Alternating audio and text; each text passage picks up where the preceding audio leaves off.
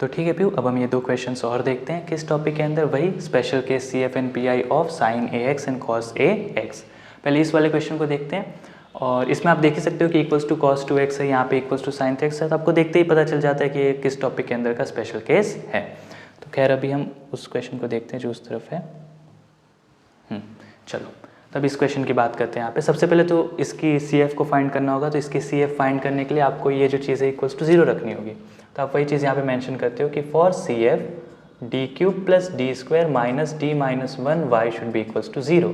Therefore F of D is equals to D cube plus D square minus D minus 1 is the auxiliary equation. और जैसे आपको आपकी auxiliary equation मिल जाती है, आपका काम क्या होता है, therefore let F of D equals to 0। तो आप यहाँ पे क्या करोगे, D cube plus D square minus D minus 1 equals to 0। अब इसके फैक्टर्स को आपको स्प्लिट करने की ज़रूरत नहीं है, क्योंकि जैसे दिए वैसे ही फैक्टर्स आ जाएंगे।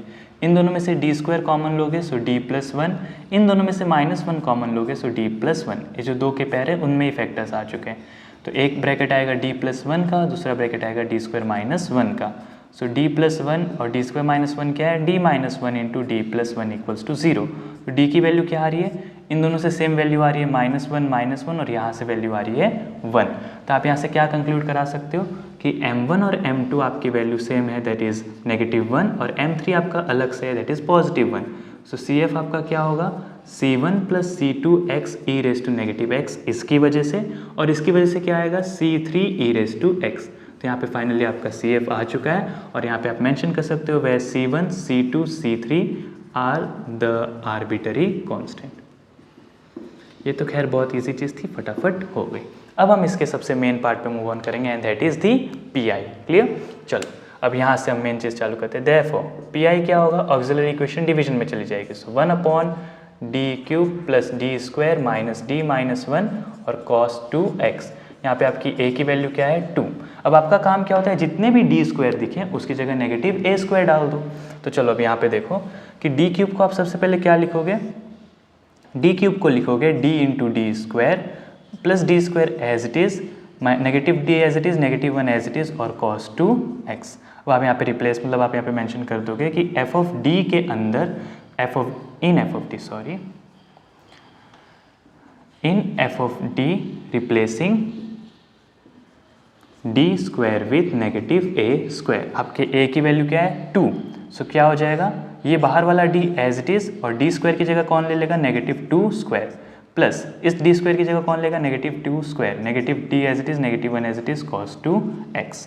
फिर अगले स्टेप में देखो क्या होगा, नेगेटिव 2 का स्क्वायर मतलब नेगेटिव ऑफ 2 स्क्वायर यानी नेगेटिव 4, और इंटू डी यानी नेगेटिव 4d। यहाँ पे नेगेटिव 4, नेगेटिव d, नेगेटिव 1 और कॉस 2x। अब देखो क्या हो गया, like unlike terms, negative 4, negative 1, negative 5, negative 4d, negative d, negative 5d। सो आप काम कर सकते हो कि नेगेटिव 5 कॉमन ले सकते हो। सो negative 1 upon 5, 1 upon D plus 1 cos 2x। देखो यही होता है हर बार, जैसे ही आप डी स्क्वायर की जगह नेगेटिव ए स्क्वायर डालो, या तो पूरी तरह से डी निकल जाएगा, या फिर डी रहा तो हमेशा लीनियर पावर में ही बचेगा। और जैसे ये बचा, आपका काम क्या होता है, बहुत ही सिंपल काम है, वो ऑल्टरनेट साइन से मल्टीप्लाई कर दो। और अगर 0 आ जाए तो आपने देखा ही था लास्ट वीडियो में क्या करना होता है, x अपॉन 2 इंटीग्रेशन, अगर साइन है तो साइन ax, और अगर कॉस है तो कॉस ax। तो आपको ये काम करना होता है, अगर डी स्क्वायर को नेगेटिव ए स्क्वायर डालने से 0 आ जाए तो वो तो खैर दूसरी ही बात है, उसको साइड ही रखते हैं, आपको मतलब वो याद दिलाने के लिए बस। ठीक है, चलो अभी इस केस को यहाँ पे आगे देखते हैं कि करना क्या होगा। अब यहाँ से सिंपली d प्लस 1 है तो यानी d माइनस 1 ऊपर नीचे मल्टीप्लाई करोगे। सो d minus 1 into cos 2x, d plus 1 into D minus 1, D square minus 1 बन गया यहाँ पे। क्लियर? चलो अब आप एक चीज़ समझ चुके हो, d माइनस 1 का ब्रैकेट खुलेगा। सो पहली बात तो negative 1 upon 5 as it is, d minus 1 का ब्रैकेट खुला, so d into cos 2x minus cos 2x whole divided by, नीचे क्या आएगा आपके पास, D square minus 1। So negative 1 upon 5 as it is, d का क्या मतलब होता है, d by D X. So d by D X of cos 2x minus cos 2x upon D square की जगह वही कर दो, negative a square. So negative of 2 square negative 1। So देखो negative 1 upon 5, derivative of cos 2x यानी कि negative 2 sine 2x, और negative cos 2x as it is, और नीचे क्या आ जाएगा, नेगेटिव 5।